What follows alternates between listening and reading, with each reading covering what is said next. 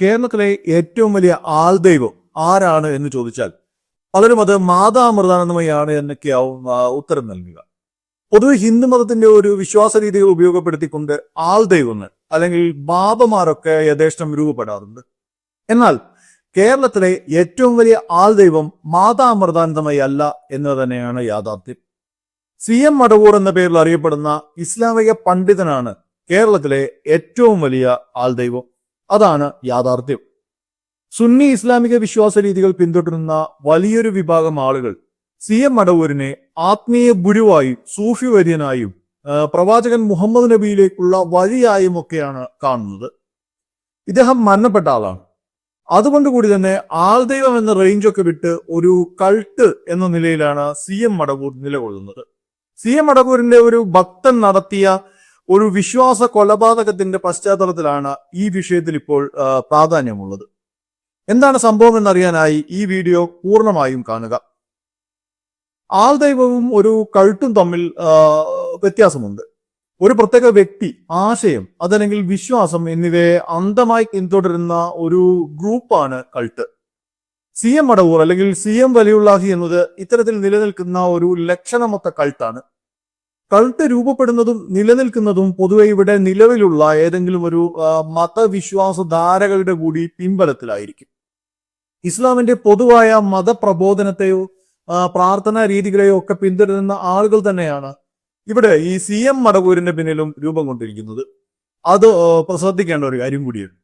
കൾട്ടുകൾ അവയുടെ അംഗങ്ങളെ മാനസികമായും വൈകാരികമായും എപ്പോഴും കൺട്രോളിൽ വച്ചിരിക്കും. രാവിലെ ഉണർന്നെണീക്കുമ്പോൾ മുതൽ രാത്രി ഉറങ്ങുന്നത് വരെ CMനെ ഓർക്കുക, അദ്ദേഹത്തിന് നന്ദി പറയുക എന്നതാണ് ഈ ഗ്രൂപ്പിന്റെ പ്രധാന കലാപരിപാടി. ഇതുവഴി മാനസികമായി വിശ്വാസികൾക്ക് മേൽ എപ്പോഴും ഒരു കൺട്രോൾ, ഒരു അപ്പർ ഹാൻഡ് ഉണ്ടാക്കുകയാണ് ചെയ്യുന്നത്. കൾട്ടിന്റെ തലപ്പത്ത് ഒരു കരിസ്മാറ്റിക് നേതാവ്, അതല്ലെങ്കിൽ ദൈഹിക ശക്തിയുള്ള ഒരു വ്യക്തി ഉണ്ടാവും.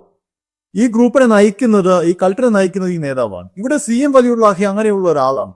കൊച്ചു കേരളത്തെ മാത്രമല്ല ഭൂഗോളത്തിന്റെ സ്പന്ദനം വരെ CM ആണ് നിയന്ത്രിക്കുന്നത് എന്നാണ് പറയുന്നത്.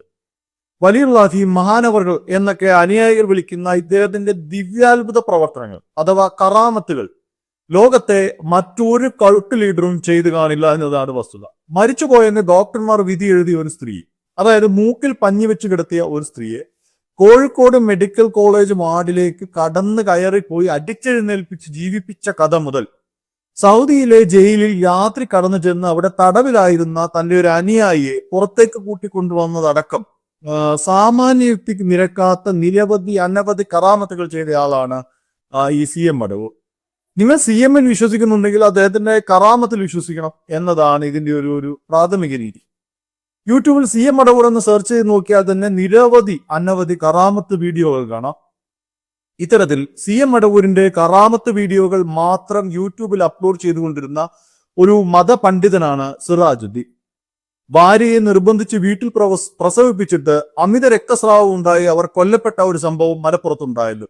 ആ സ്ത്രീയുടെ ഭർത്താവാണ് ഈ പറയുന്ന സിറാജുദ്ദീൻ. മലബാറിലുടനീളം സഞ്ചരിച്ച് CM ശ്രമിച്ച കസേര, CM ഉപയോഗിച്ച ബാഗ് എന്ന് തുടങ്ങി CMന്റെ കറാമത്തുകൾ ഓരോരുത്തരെ കൊണ്ട് ദിവ്യാത്ഭുത സാക്ഷ്യം പറയിപ്പിക്കലാണ് സിറാജുദ്ദീന്റെ വീഡിയോകൾ. മടവൂർ കാഫില എന്നാണ് ഈ ചാനലിന്റെ പേര്. CM ആശുപത്രിയിൽ പോകേണ്ട എന്ന് പറഞ്ഞ മരണാസന്നനായ രോഗി ഇപ്പോഴും ചികിത്സ തേടാതെ ജീവിച്ചിരിക്കുന്നത് മുതൽ സകല ദിവ്യാത്ഭുത വെളിപ്പെടുത്തലുകളും ആ ചാനലിൽ കാണാം. ഓരോരുത്തരും ഇത്തരം കറാമത്തുകൾ, അതായത് തള്ളുകഥകൾ ഓരോരുത്തരും മത്സരിച്ച് പറയുന്ന ഈ വീഡിയോകൾ അത് കേൾക്കുന്ന സിറാജുദ്ദീന്റെ മുഖഭാവങ്ങൾ നമ്മൾ ശ്രദ്ധിക്കേണ്ടതാണ്. അയാൾ അതിലൊക്കെ ലയിച്ചാണ് ഇരിക്കുന്നത്.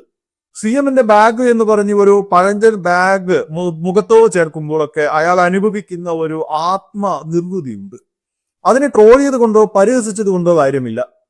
CMലുള്ള അചഞ്ചലമായ വിശ്വാസമാണ് അയാളെ കൊണ്ട് ഭാര്യയെ വീട്ടിൽ പ്രസവിപ്പിക്കാൻ വേണ്ടി പ്രേരിപ്പിച്ചിട്ടുണ്ടാവുക എന്നത് 100% ഉറപ്പാണ്.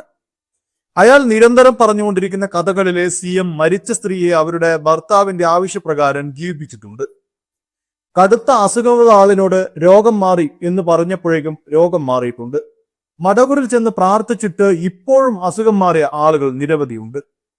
ഭാര്യ രക്തം വാർന്ന് മരണത്തിലേക്ക് പോകുമ്പോഴും സിറാജുദ്ദീൻ പ്രതീക്ഷിച്ചിട്ടുണ്ടാവുക മഹാനവറുകളുടെ ഒരു കറാമത്ത് നടക്കും എന്നാവും. ഏറ്റവും ഒടുവിൽ പുൽപ്പായിൽ പൊതിഞ്ഞ് ആ മൃതദേഹം എടുക്കുമ്പോഴും CM വന്ന് അവരെ ജീവിപ്പിക്കും എന്ന് തന്നെയാവും സിറാജുദ്ദീൻ കരുതിയിട്ടുണ്ടാവുക. സൗദി ജയിലിൽ രാത്രി കടന്നു ചെന്ന് തന്റെ ഭക്തനെ തുറന്നുവിട്ട CM മടവൂരിന്റെ കഥ വളരെ പ്രസിദ്ധമാണ്. അതുപോലെ ഇപ്പോൾ ജയിലിൽ കിടക്കുന്ന സിറാജുദ്ദീൻ CM മടവൂരിന്റെ വരവിന് വേണ്ടി കാത്തിരിക്കുന്നുണ്ടാവും. അവരുടെ ഗാർഡുമാരൊന്നും ശ്രദ്ധിക്കുമല്ലോ. ഈ ഒരു കൾട്ടിനു വേണ്ടി ആ കൾട്ടിന്റെ വിശ്വാസപ്രകാരം നടന്ന ഒരു കൊലപാതകമായി മാത്രമേ ആ സ്ത്രീയുടെ ദാരുണമായ മരണത്തെ കണക്കാക്കാൻ കഴിയൂ. CMന്റെ അടുത്ത അനന്തരാവകാശിയാണ് കാന്തപുരം AP അബൂബക്കർ മുസ്ലിയാർ. ഇപ്പോൾ തന്നെ നോളജ് സിറ്റിയിൽ നിന്നും ചില കറാമത്ത് കഥകളൊക്കെ ഇങ്ങനെ ഉയർന്നു തുടങ്ങിയിട്ടുണ്ട്. ലോകം ആർട്ടിഫിഷ്യൽ ഇന്റലിജൻസിലൂടെയൊക്കെ കടന്നു പോകുമ്പോഴും ഇവിടെ ബാലരമ കഥകളെ വെല്ലുന്ന കറാമത്ത് കഥകളിൽ വിശ്വസിക്കാൻ ആളുകൾ കൂടുന്നു എന്നത് നാണക്കേട് തന്നെയാണ്. പറക്കുന്ന വിമാനം താഴത്തിറക്കിയതും ഓടുന്ന ട്രെയിൻ പിടിച്ചു നിർത്തിയതും മന്തിക്കുഴിയിൽ വീഴുന്ന ആടിന് ജീവൻ കൊടുത്തതടക്കം എന്തൊക്കെ കേൾക്കാൻ ഇനി ഇരിക്കുന്നു. ചിലതൊക്കെ ഇതിനകം വന്നു കഴിഞ്ഞു. മതകഥാപുസ്തകങ്ങളുടെ അരികെ പറ്റിയാണ് ഇത്തരത്തിലുള്ള എല്ലാ കൾട്ടുകളും വളരുന്നത്. കെട്ടുകഥകളുടെ പേരിൽ ജീവൻ കളയാത്ത ഒരു ആധുനിക സമൂഹത്തെ ഇവിടെ രൂപപ്പെടുത്താൻ എല്ലാവർക്കും ഒരുപോലെ ബാധ്യതയുണ്ട് എന്ന കാര്യം ഓർക്കുക. ഈ വീഡിയോ നിങ്ങൾക്ക് ഇഷ്ടപ്പെട്ടെങ്കിൽ ലൈക്ക് ചെയ്യാനും ഷെയർ ചെയ്യാനും ഒപ്പം ഞങ്ങളുടെ ചാനൽ സബ്സ്ക്രൈബ് ചെയ്യാനും മറക്കരുത്. ഈ വീഡിയോ സംബന്ധിച്ച നിങ്ങളുടെ അഭിപ്രായങ്ങൾ കമന്റായി രേഖപ്പെടുത്തുക. വാർത്താ നെക്സ്റ്റിന്റെ എല്ലാ വീഡിയോയും മറക്കാതെ കാണാൻ നിങ്ങൾ ശ്രദ്ധിക്കുമല്ലോ.